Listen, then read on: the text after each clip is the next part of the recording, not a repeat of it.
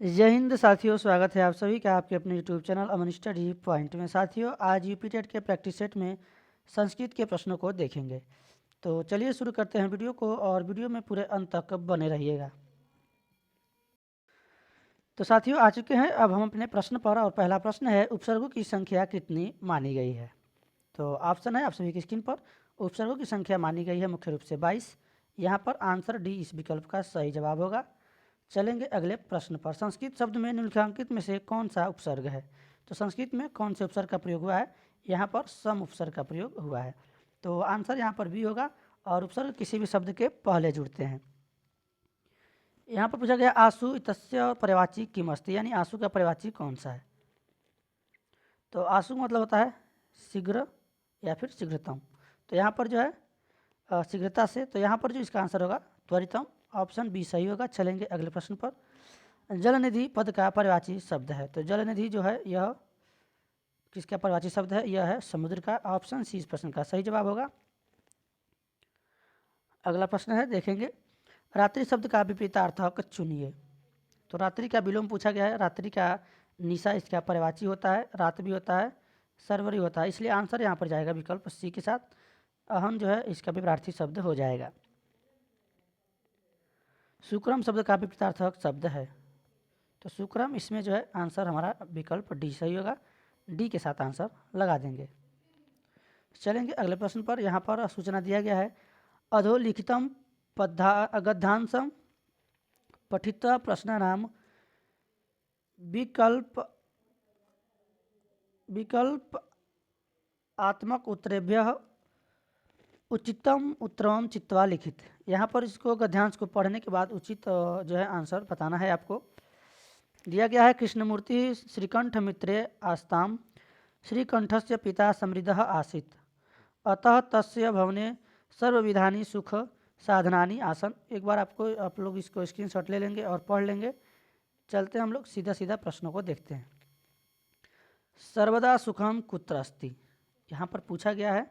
तो देखेंगे आपको सबसे बढ़िया आंसर ढूंढने का इसमें देखेंगे स्वावलंबने तू सर्वदा सुखमेव। यहाँ पर स्वावलंबने दिया गया है गद्यांश में। तो यहाँ पर आंसर हम लगाएंगे ऑप्शन ए के साथ। विकल्प में आपको स्वावलंबने यहाँ पर मिलेगा। अगला प्रश्न है कत्वा प्रत्ययांत शब्द कह। तो यानी कत्व प्रत्यय का शब्द किस शब्द में प्रयोग हुआ है। यहाँ पर श्रुत्वा में इसका प्रयोग हुआ है। ऑप्शन बी इस प्रश्न का सही जवाब होगा। चलेंगे अगले प्रश्न पर। साम्प्रतम इति पदस्य पर्यायो भवति, इसका क्या अर्थ है, क्या मतलब है, यहाँ पर पूछा गया है। तो इसका जो अर्थ है इसमें अधुना, इसमें जो सही जवाब जाएगा आंसर विकल्प ए के साथ जाएगा। तदा का अर्थ होता है तब, और जो अद्य है इसका अर्थ होता है आज होता है अद्य का, और जो स्व है स्व का होता है कल। तो यहाँ पर हम आंसर लगाएंगे विकल्प ए के साथ। चलेंगे अगले प्रश्न पर। कस्य भवने सर्वविधानी सुख साधनानि आसन, यानी किसके भवन में सभी सुख थे। तो यहाँ पर देखेंगे शुरू में, अगर स्टार्टिंग में हम लोग चलेंगे तो श्रीकंठ पिता समृद्ध आसीत अतः तस्य भवने सर्वविधानी सुख साधनानि, यानी विकल्प जो हमारा यहाँ पर देखेंगे श्रीकंठस्य किस ऑप्शन में दिया गया है, ऑप्शन ए में, यानी यहाँ पर जो है ए ऑप्शन इस प्रश्न का सही जवाब होगा। तस्य भवने कति द्वाराड़ी आसन, यानी उसके भवन में कितने द्वार थे। यहाँ पर देखेंगे तस्य भवने चत्वारिंशत् अस्थाम आसन, और यहाँ पर चतुश्चत्वारिंशत् द्वाराड़ी, द्वाराड़ी यहाँ पर दिया गया है चतुश्चत्वारिंशत्। चलेंगे ऑप्शन देखेंगे यहाँ पर। तो यहाँ पर जो है देखेंगे ऑप्शन डी में दिया गया है तस्य भवने चतुश्चत्वारिंशत् आसन। यहाँ पर विकल्प डी इस प्रश्न का सही हो जाएगा, यानी उसमें कितने 44 दरवाजे थे कृष्ण मूर्ति के घर में। आरात रीते व पूर्व शब्दों के युग में कौन सा विभक्ति होगी। तो इसमें विभक्ति बताना है, कौन सी विभक्ति होगी। ऑप्शन है आप सभी के स्क्रीन में। इसमें जो है आंसर होगा पंचमी विभक्ति। सी के साथ आंसर लगाएंगे। चलेंगे अगले प्रश्न पर। सप्रकृत्या चारु अस्ति वाक्य किस सूत्र का उदाहरण है? तो यह जो है सूत्र किस सूत्र का उदाहरण है? यह है प्रकृत्यादिभ्य उपसंख्यानाम संख्यानम, यानी ऑप्शन ए इस प्रश्न का सही जवाब होगा। अगला प्रश्न है संपत पद में कौन सा प्रत्यय है? प्रत्यय जो शब्द के बाद में जुड़ते हैं, तो इसमें जो देखेंगे सही जवाब जो इसका जाएगा ऑप्शन डी के साथ, क्वीम पर प्रत्यय इसमें है। ऑप्शन डी यहाँ पर सही होगा। चलेंगे अगले प्रश्न पर। पक्वम इस कृदंत पद में प्रत्यय है। इसमें भी प्रत्यय पूछा गया है, कौन से प्रत्यय का प्रयोग हुआ है? तो इसमें अक्त प्रत्यय का प्रयोग हुआ है। ऑप्शन डी इस प्रश्न का सही जवाब होगा। अगला प्रश्न है ते देवान यजंती वाक्य का कर्मवाच्य में परिवर्तित रूप है। ते देवान यजंती, तो इसका जो है कर्मवाच्य में परिवर्तित रूप होगा तैर्दवा इज्यंते। ऑप्शन बी इस प्रश्न का सही जवाब हो जाएगा। चलेंगे अगले प्रश्न पर। षड सप्तति का अर्थ है? तो यह संख्याओं से संबंधित है, संख्याओं के संस्कृत में नाम। इसको आप लोग एक बार याद रख लेंगे, एक बार 100 तक देख लेंगे अच्छे से। यहाँ से कई बार सीटेट में भी प्रश्न आपके परीक्षा में पूछे गए हैं।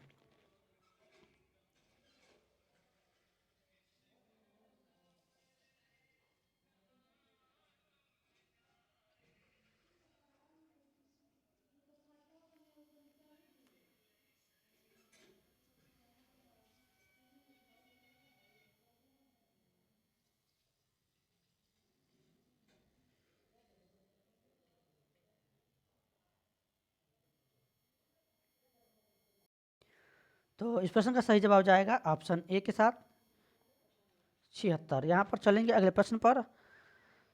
सप्तचत्वारिंशत् में कौन सी संख्या है?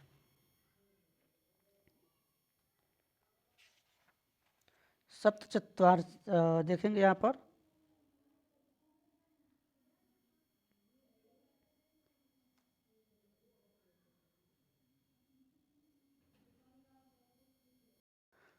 तो यहाँ पर जो है ऑप्शन सी देखेंगे, इसमें जो 37 दिया गया इसको सप्तत्रिंशत्, इसका होता है सप्तत्रिंशत्।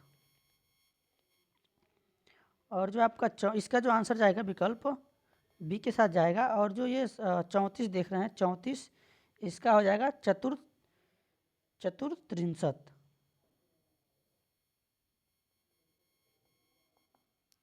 और 74 का आपका जो होगा इसमें चतुस्थ सप्तपी। तो यहाँ पर आंसर बी हमारा विकल्प यहाँ पर सही होगा।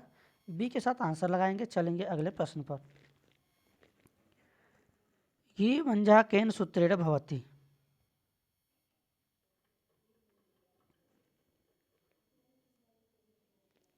तो इसका जो है सही राइट आंसर जाएगा विकल्प डी के साथ शेषो ज्ञ सखी।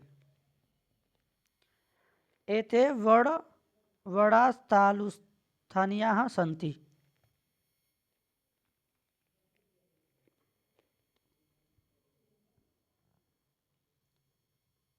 तो इसका सूत्र होता है ईचू सनानाम तालु। इसमें जो है जो तालु वाले वर्ड होते हैं, जो जिनका उच्चारण स्थान तालु होता है, उसमें ई च य स, यानी ऑप्शन यहाँ पर सी सही होगा। चलेंगे अगले प्रश्न पर। ये तालव्य वर्ड है। भाषया कक्षायां कथा कथनम एक पद्धति रूपेण प्रयुक्तम न सकते थे।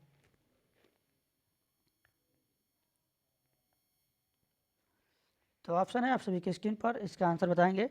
यानी भाषा की कक्षा में कथा कथन की पद्धति में एक पद्धति में कौन सा प्रयुक्त नहीं है? प्रयुक्त नहीं है, यहाँ पर बताना है कौन सा गलत है। तो यहाँ पर जहाँ भी आपको देखेंगे नकारात्मक टैग वर्ड दिया गया होगा, वहाँ पर आंसर लगाएंगे। तो श्रवण भाषण बोधनम कृषि, यहाँ पर जो है आंसर हमारा सी विकल्प के साथ जाएगा। इन सब का प्रयोग किया जा सकता है, इसका प्रयोग नहीं किया जा सकता है। चलेंगे अगले प्रश्न पर। कृष्ण का प्रथमा द्विवचन में रूप बनेगा, तो ये हो जाएगा कृष्ण। ऑप्शन बी इस प्रश्न का सही जवाब होगा। अगला प्रश्न है बालक शब्द का षष्ठी बहुवचन का रूप है, तो षष्ठी पूछा गया है।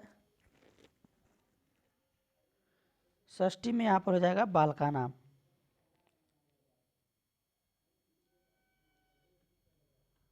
और सप्तमी में आता है बालकस्य बालक्यो बालका नाम, तो बहुवचन पूछा गया है षष्ठी में बालक्यो बालकस्य बालका नाम। यही जो है इस प्रश्न का सही जवाब होगा। सी के साथ आंसर लगाएंगे।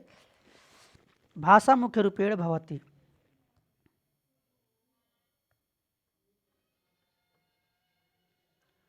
तो भाषा जो है मुख्य रूप से क्या होता है, भाषा मुख्य रूपेण भवति, यह क्या होता है, मौखिक होता है। तो आंसर यहाँ पर जाएगा ऑप्शन ए के साथ।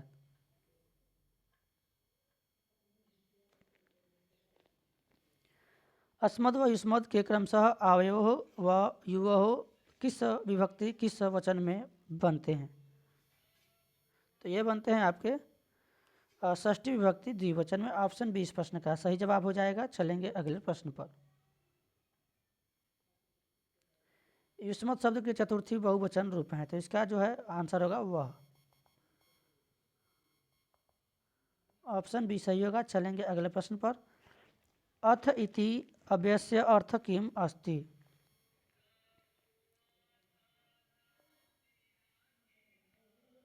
तो इसका अर्थ हो जाएगा अनंतर। अनंतर देखेंगे अनंतरम ऑप्शन ए में है, ए के साथ आंसर लगाएंगे।